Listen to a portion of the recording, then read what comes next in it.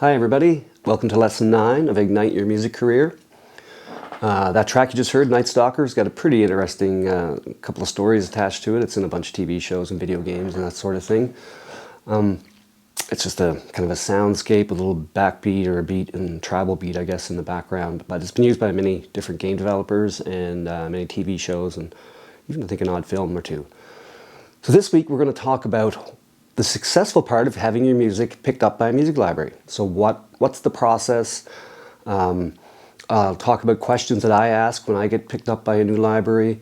We'll talk about the agreement aspect of it. I'll talk about non-exclusive agreements. We're going to get into that a little bit. There's many types of agreements, and we're going to go through a bunch of them as we progress in our lessons. There's a couple of activities to take part in as well. And there's some free samples to download and use in your music production. So let's get started.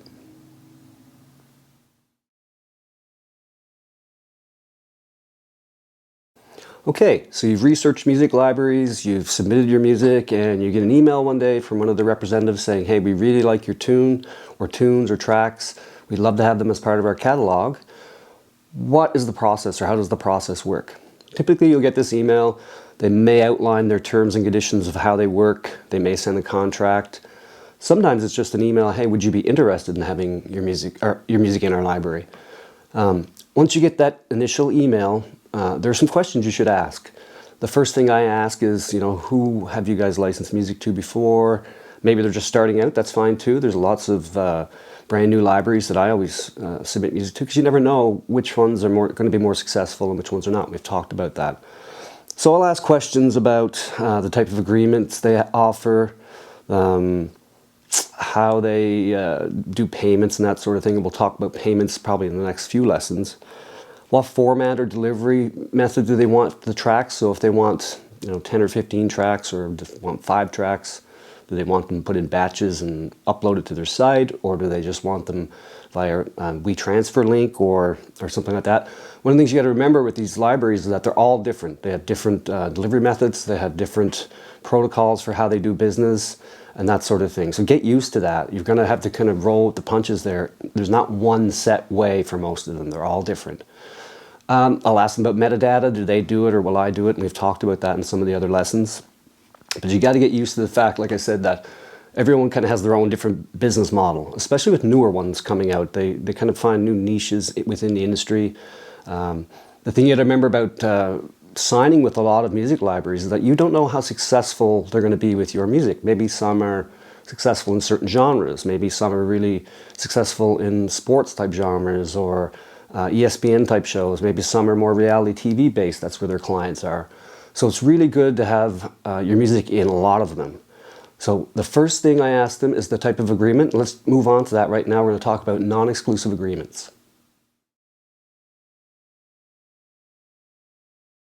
Okay, so you've submitted your music to a music library or many music libraries. One or many, hopefully more, got back to you. You've asked your questions, who they work with, how they do business. Do some research on that too. Just don't, take their word for it sometimes. Look around the internet, Facebook and places like that. Like a lot of my friends are composers, so I know if I have a question to ask, I can flip them a quick note and ask them if they've heard about these people or this company. There are lots of sites out there actually that rate music libraries as well. You can check those out. But you want to do your research because you want to kind of, if you're going to spend a lot of time working with these people, you want to make sure they're going to work well with you back. And I've never had any issues at all with any of them. They've been great. I've never met 99% of the people that represent me. So you've got a contract in your hand. They sent you an email with a non-exclusive agreement. So what is a non-exclusive agreement? A non-exclusive agreement is something that you will sign, they will sign. And what it is you're giving them the ability to be your agent to pitch your music to different TV shows or networks or video games, or it could be anything, advertising.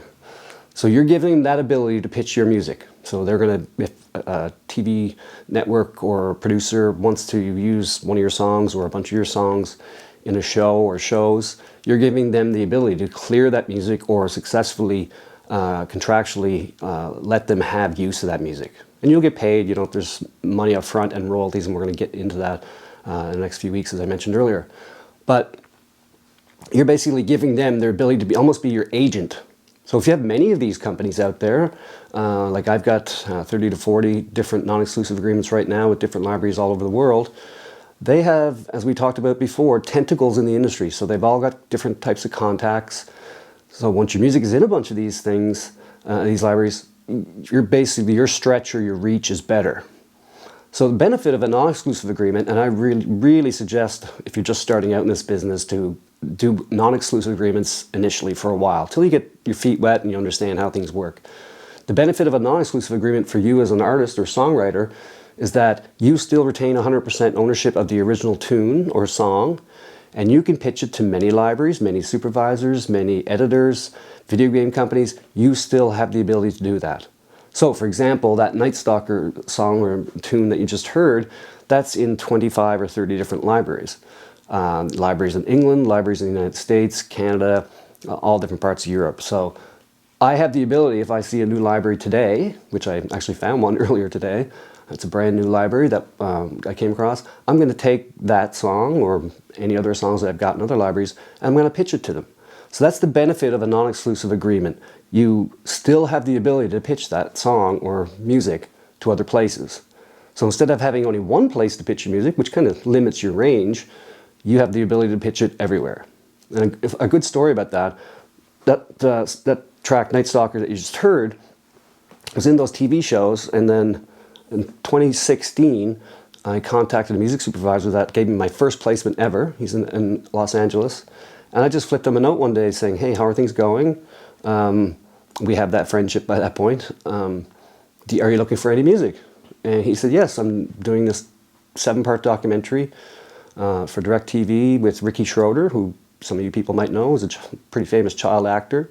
He was on NYPD Blue, The Champ, Silver Spoons. He had a production company, and this person was their music supervisor.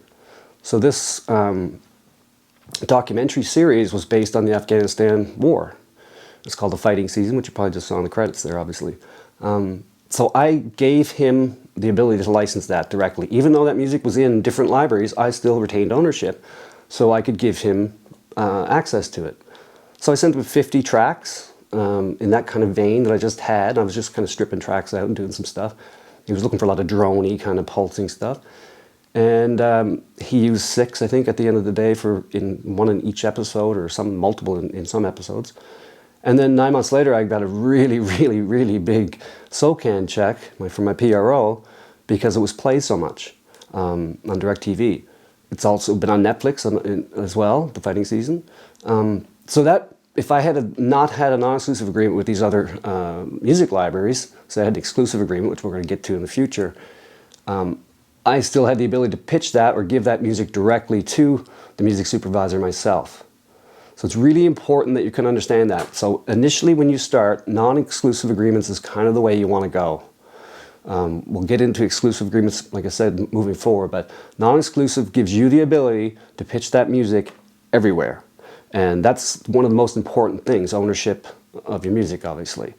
So for example, when I write a song or a track right now, since I have those 30 or 40 agreements in a non-exclusive way with these libraries, I automatically have 30 or 40 places to send that music to. And that just gives me that much more wider spread for my music. And that's how you make money today in the music business. The old way of doing things at record labels and that sort of thing, where the publisher owned percentages and the record label owned percentages and you couldn't do anything with it, those days are kind of gone, or you should kind of get away from that. So non-exclusive agreements are a really good way to go. You'll get your music out faster. It'll get to many more places, like we talked about in other lessons. You know, I can't pitch my music to LA every day by flying down there every week, or Chicago or New York or any of those places. But these people will do it for me. So non-exclusive agreements are the way to go, and it's really important that you get familiar with them and you sign as many as you can.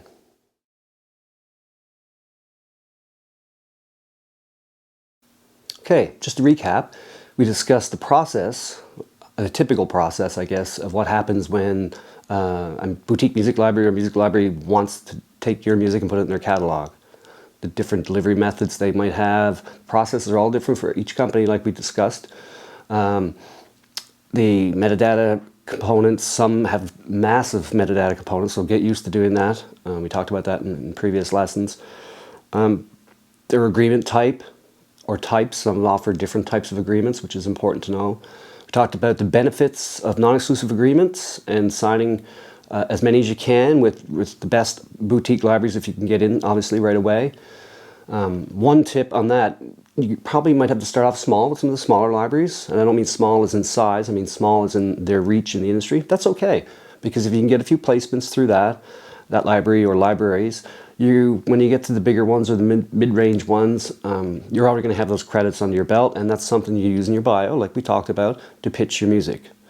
So benefits of non-exclusive agreements: you retain ownership of the music. You can pitch it to many libraries, many supervisors, many editors, video game companies, and that sort of thing. So what I've attached a sample non-exclusive agreement from a publisher that I work with. I want you to go through it and familiarize yourself with it. This one's quite a simple one. It's only a 2-pager. Some of them can get quite big, depending on the size of the library itself. But I've attached this one. I want you to have a look at it. So that's one of the activities. And I remember at one point when I was starting out, I was signing so many libraries. I had stacks and stacks of these agreements in my studio. And I came in one day and they were just sitting there, and I thought I better jump on these, because there's so many companies out there. That's the thing you got to remember. So go through the sample agreements, familiarize yourself with the terminology. I'm no lawyer, but I've never had to get a lawyer to look at these contracts, because I ask a lot of questions in that process leading up to it. That's what's important. Ask direct questions. Hey, I still own my music. Where do you pitch it? Sometimes there's places you don't want your music pitched. Political things maybe, or religious things, or anything like that, violent things. Everybody has their own thoughts on that. So these people are really upfront. They remember, as I say all the time, you've got something they need, and that's music. It's content, and we've got a big wide world bubble, if you think about it now, with regards to how much content is needed out there. So that's activity 1. Familiarize yourself with the contract, and some of you I know have already seen these contracts. The second activity is to take the spreadsheet from lesson 8. I put some music libraries down there. I had you do some research and find out information about them. I want you to add a column to that spreadsheet with agreement type. Use that as a header if you'd like. I want you to go through your list again and find the ones that are non-exclusive. Some of them might be, have multiple types of agreements, but if you track everything about these companies, for example, say you had 10 companies that you researched last time, and you go back and see if maybe 8 of them have non-exclusive agreements. If you've got music ready, get it out there right now. It's really important. So again, you're just tracking little details that'll just, it saves you time from going back and having to research the library again on their website. And if you want to send them an email and ask them, you can do that too. So look at the contract, go back to your spreadsheet for the research you've done, add that column about agreement type, and fill it in. Okay, so the samples to download and using your music. I hope everybody's being creative. It's a hot summer days here right now. So keep moving forward. If you have any questions or anything that you'd like to have answered, I've got a few this week I know came in. Send me an email and I'll do my best to get back to you as fast as I can. So enjoy the samples, be creative, look at the activities, and we'll talk again next time.